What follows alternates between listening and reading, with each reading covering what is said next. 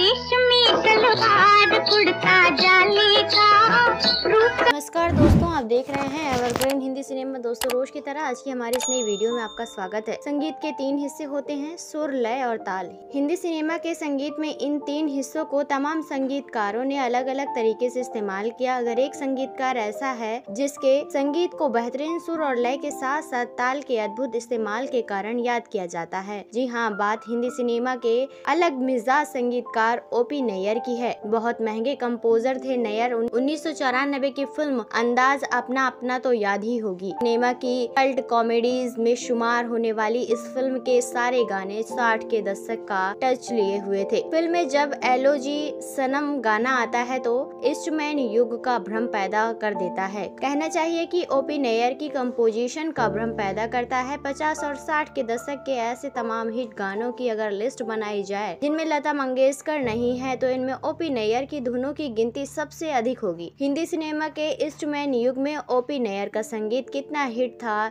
इसकी बानगी ये है कि ओपी नैयर पहले संगीतकार है जो 50 और 60 के दशक में संगीत देने के 1 लाख रुपए लेते थे, जो कि बहुत बड़ी रकम थी। ओपी नैयर का फिल्मी करियर बड़ा चुनौतीपूर्ण था। उन्होंने संगीत की कोई औपचारिक शिक्षा नहीं ली थी। संगीत की शास्त्रीय भाषा बात करना उन्हें नहीं आता था। एक बार किसी फिल्म के लिए वो लता मंगेशकर को अपने ढंग से ब्रीफ कर रहे थे। कहते हैं कि लता जी ने उन पर ताना मारते हुए नैयर को बातें सुना दी। नैयर ने कसम खा ली कि आगे कभी लता मंगेशकर के साथ वो काम नहीं करेंगे। पूरा करियर गुजर गया मगर नैयर ने लता जी के साथ काम नहीं किया। और तो और मध्य प्रदेश सरकार ने जब नैयर को लता मंगेशकर अवार्ड देने की घोषणा की तो नैयर ने उसे भी लेने से मना कर दिया।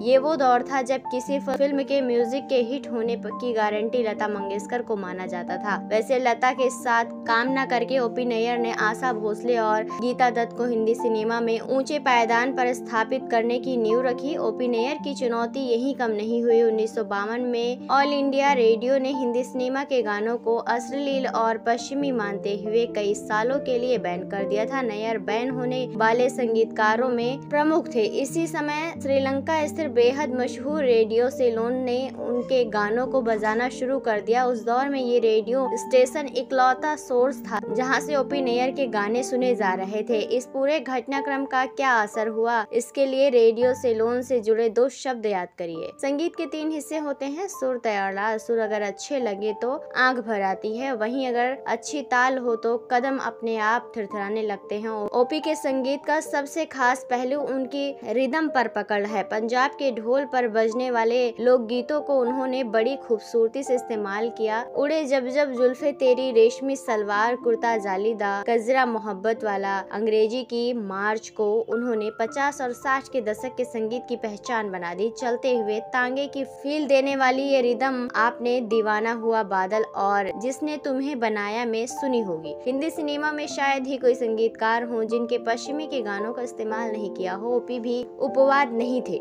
हालांकि उनके पश्चिम के लिए गए ज्यादातर गाने चोरी नहीं प्रेरणा कहे जाएंगे, मगर ये है मुंबई मेरी जान जैसे नंबर भी जो ओ माय डार्लिंग जैसे वेस्टर्न हिट्स से सीधा कॉपी हैं। ओपी नैयर का पारिवारिक जीवन अच्छा नहीं रहा। कुछ गायिकाओं के साथ संबंध के चर्चों के चलते उनकी पत्नी से कलह रहती थी। 1989 में उन्होंने घर छोड़ दिया और गिने चुने लोगों से ही मिलते थे, जिसमें से एक सारेगामा और अंताक्षरी के प्रोड्यूसर गजेंद्र सिंह थे। ओपी मुंबई के एक मिडिल क्लास परिवार में रहने लगे। लोग बताते हैं कि वो इस परिवार के साथ काफी खुश रहते थे। दोपहर के खाने के साथ बियर और शाम के खाने के साथ 2 पैग स्कॉच का उनका नियम था। नैयर ने इस नियम को कभी नहीं तोड़ा, न ज्यादा न कम। वेल दोस्तों, नैयर साहब के बारे में आप क्या कहना चाहेंगे? आप अपनी राय हमें कमेंट बॉक्स में कमेंट करके जरूर बताएं। उनके गाने आपको कितने अच्छे लगते हैं आप हमें जरूर बताएं। साथ ही तमाम और खबरों को पाने के लिए आप हमारे चैनल के साथ जुड़े रहें। इसे सब्सक्राइब करना ना भूलें।